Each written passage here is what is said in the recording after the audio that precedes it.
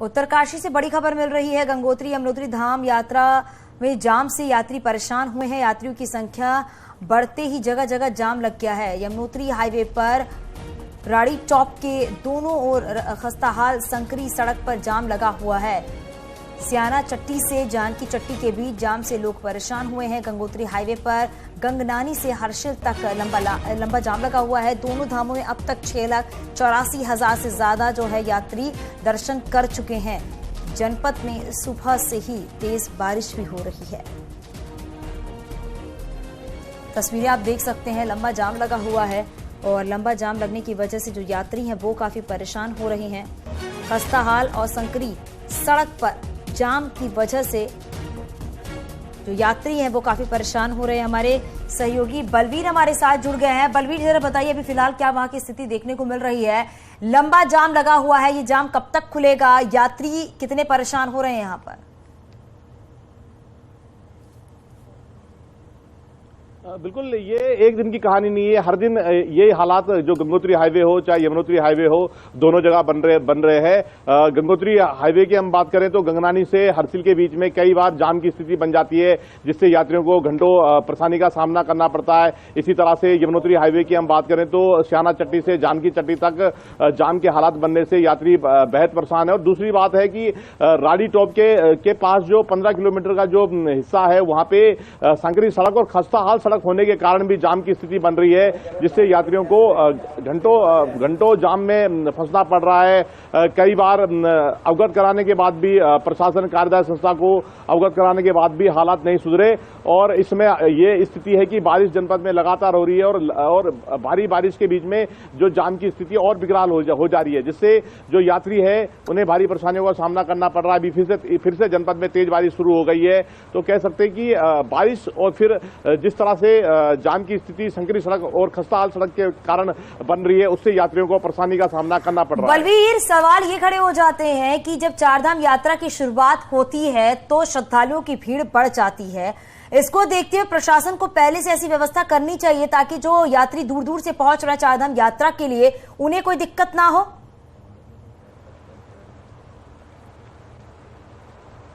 बिल्कुल, जब यात्रा शुरू होने से पहले कई बार बैठकें होती है, कई जगह व्यवस्थाएं भी बनाई गई है, पर कुछ जगह ऐसी है जहां पे व्यवस्थाएं होनी चाहिए थी। अगर हम राड़ी टॉप की बात करें तो वहां पे पूरी तरह से जो सड़क है कई किलोमीटर खस्ताहाल है। ऐसे में वहां पे जाम की स्थिति खस्ताहाल सड़क होने के कारण बन रही है। एक तो सांकरी सड़क है, दूसरी खस्ताहाल है, और ऊपर से मौसम जिस तरह से बरस रहा है उससे जो यात्री है उन्हें जाम में घंटों परेशानी का सामना करना पड़ रहा है। और कह सकते हैं कि अभी भी अगर इन जगहों पे चिन्हित करके यात्रा व्यवस्था को बनाया, यहाँ पे जाम की स्थिति को सुधारा जाए तो कहीं ना कहीं यात्रियों को राहत मिल सकती है। इसमें बारिश बड़ी तेज हो रही है।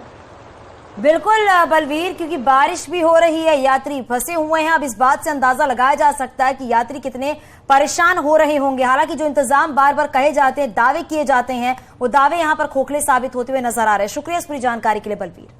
आगे बढ़ेंगे खबरों में। उत्तराखंड के मैदानी जिलों में सरकारी स्कूलों में लड़कियों का ड्रॉप आउट शिक्षा विभाग की चिंता बन गया है।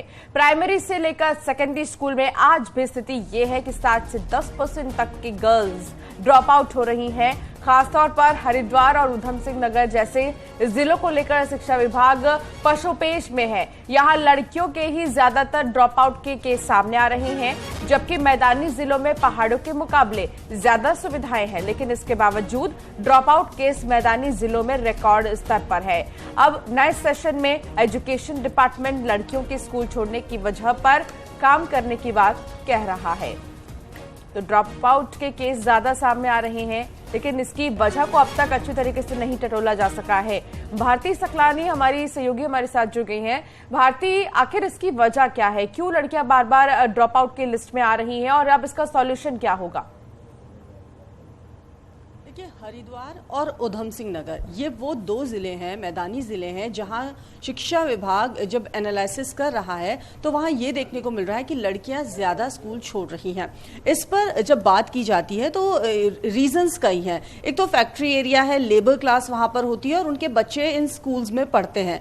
जैसे ही काम खत्म होता है उसके बाद बच्चे जो हैं उनकी पढ़ाइयाँ छूट जाती हैं। खासतौर पर लड़कियाँ के जो केसेस हैं अभी तक स्कूल छोड़ने के, वो ज्यादा सामने आ रहे हैं। जब बोर्ड के रिजल्ट आए उसके बाद शिक्षा विभाग में शिक्षा के अधिकारियों से जब ये पूछा गया कि आखिरकार क्या वजह है कि मैदानी जिलों में रिजल्ट इतने बेहतर नहीं आ पा रहे हैं जो पहाड़ों के जिलों में आ रहे हैं। हालांकि टॉपर जो है वो इस बार मैदानी जिलों से आए हैं, लेकिन लड़कियों का जो परसेंटेज है, जो ओवरऑल रिजल्ट की अगर हम बात करें, वो उतना बेहतर नहीं है पिछले 5 साल का डेटा जब देखा जाए।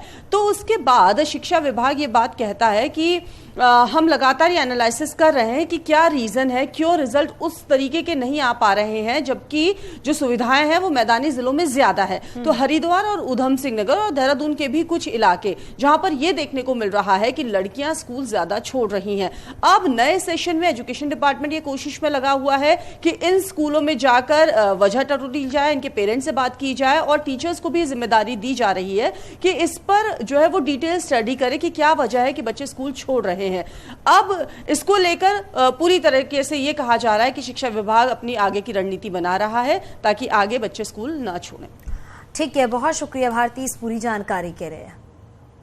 केदारनाथ धाम में एक बार फिर से रजिस्ट्रेशन बंद कर दिया गया है। 3 जून तक के लिए केदारनाथ में ऑनलाइन ऑफलाइन दोनों तरह के रजिस्ट्रेशन बंद कर दिए गए हैं। केदारनाथ धाम में पहुंच रही भारी भीड़ के चलते ये फैसला लिया गया है। ऊपर से मौसम विभाग ने भी 3 जून तक बारिश और बर्फबारी का अलर्ट जारी कर दिया है। केदारनाथ धाम की एक दिन की कैपेसिटी जो है 15,000 की है, जबकि केदारनाथ में रोज 25,000 यात्री पहुंच रहे हैं। अगले 4 दिन के लिए 90,000 लोगों के ने रजिस्ट्रेशन कराया है। हालात ये है कि बेहद खराब मौसम के बाद भी यात्रियों के सारे रिकॉर्ड टूट चुके हैं। अब तक 18 लाख श्रद्धालु चारों धामों के दर्शन कर चुके हैं, जिसमें सबसे ज्यादा लोग जो केदारनाथ पहुंच रहे हैं। लिहाजा केदारनाथ धाम में रजिस्ट्रेशन को बंद कर दिया गया है। इसके साथ ही सोनप्रयाग में लग रहे लंबे जाम से बचने के लिए हरिद्वार, ऋषिकेश, श्रीनगर से ही गाड़ियों को रेगुलेट करके भेजा जा रहा है। पंजीकरण को अस्थायी रूप से थोड़ा सा सीमित किया गया है। फिर जो ही आगे यात्रा सुव्यवस्थित हो जाती है तो फिर दोबारा, हालांकि संख्या पे कोई ऐसा प्रतिबंध नहीं लगाया गया है, लेकिन यात्रा की स्थिति देखते हुए नियंत्रित ढंग से यात्रा करवाई जा रही है। तो 15,000 लोगों का हम अच्छी तरीके से दर्शन कराए जा सकते हैं, क्योंकि इस बार इतना रिकॉर्ड मात्रा में यात्री आ रहे थे। तो थोड़ा सा वहां पर लॉजिस्टिकली थोड़ा सा आ रहे हैं, बट लेकिन वहां पर एडमिनिस्ट्रेशन काफी अच्छा काम कर रहे हैं। मैं वहां पर शनिवार में खुद ही वहां पर गया हूं। केदारनाथ धाम में दर्शनों के लिए आ रहे कई उम्र दराज श्रद्धालु ऑक्सीजन की समस्या से परेशान हो रहे हैं। स्वास्थ्य विभाग की टीम लगातार ऐसे श्रद्धालुओं को ऑक्सीजन उपलब्ध करा रही है। हालांकि रोजाना कितने लोग ऑक्सीजन की कमी से जूझ रहे हैं उसका कोई निश्चित आंकड़ा तो नहीं है, लेकिन एक अनुमान के मुताबिक ये संख्या 250 से ज्यादा है। स्वास्थ्य विभाग के आंकड़े के मुताबिक 63,000 से ज्यादा श्रद्धालु का आकस्मिक उपचार किया जा चुका है। ऑक्सीजन लेवल की कमी होने लगती है जैसे जैसे आप ऊंचाई पर जाते हैं। केदारनाथ यात्रा पर जो श्रद्धालु जा रहे हैं उनसे यही अनुरोध है कि ऑक्सीजन वाली चीजें सबसे ज्यादा लेकर जाएं और साथ ही गर्म कपड़े बहुत ज्यादा जरूरी है, क्योंकि जैसे जैसे ठंड बढ़ती है ऑक्सीजन की मात्रा कम होने लगती है, जिससे श्रद्धालु परेशान हो रहे हैं।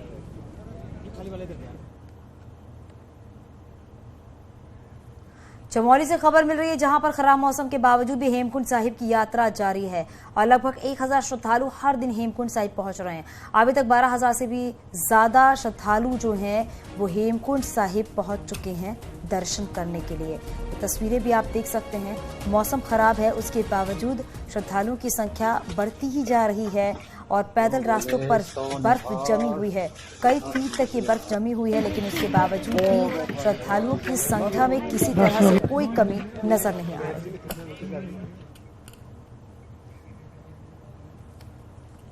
देहरादून में जमकर बारिश होती है और पानी की निकासी के लिए पहले यहां खास तरीके से आवचक बनाए जाते थे, लेकिन ना अब दून में दिख रहे हैं ये और ना ही पानी की निकासी का कोई और विकल्प है।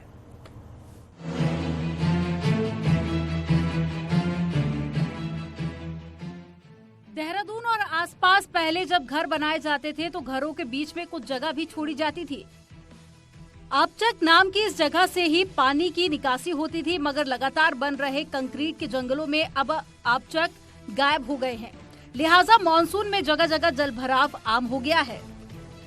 पहले जो छोटी छोटी गलियां होती थी ना, ये कॉमन पैसेज छोड़ा जाता था कि आम गली नहीं होती थी। ये सिर्फ बरसाती नालों के लिए, पाइपों के लिए और जो अंदर गलियों में छोटे छोटे कनेक्शन होने के लिए छोड़ा जाता था ये, लेकिन आज इन्होंने लोग इसका दुरुपयोग करना शुरू कर दिया।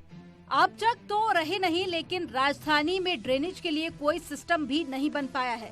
कई जगहों पर घरों तक में पानी घुस जाता है। अब इस जल भराव के कारण दून की अन्य धरोहर मानी जाने वाली लीची के बाग, चाय के बाग और बासमती चावल के खेत भी कहीं नहीं दिखते।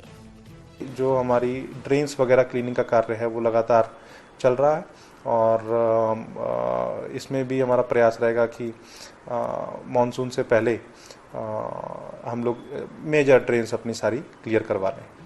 हर बार प्रशासन दावे करता है कि मॉनसून की पूरी तैयारी है, लेकिन सच तो ये है कि ना पुराना सिस्टम अब बचा और ना ही नया सिस्टम बन पाया है। लिहाजा इस सीजन भी जल भराव की समस्या सामने खड़ी है। देहरादून से न्यूज़ 18 के लिए विशाल गर्ग की रिपोर्ट। उत्तराखंड में एक बार फिर 3 दिन बारिश, ओले गिरने और आंधी का ऑरेंज अलर्ट जारी किया गया है। मौसम विभाग ने तेज बारिश का ऑरेंज अलर्ट जारी कर दिया है। नैनीताल, पौड़ी, ऊधम सिंह नगर, हरिद्वार में बारिश के आसार है। वहीं 70 से 80 किलोमीटर प्रति घंटे की रफ्तार से आंधी का अलर्ट भी जारी किया गया है।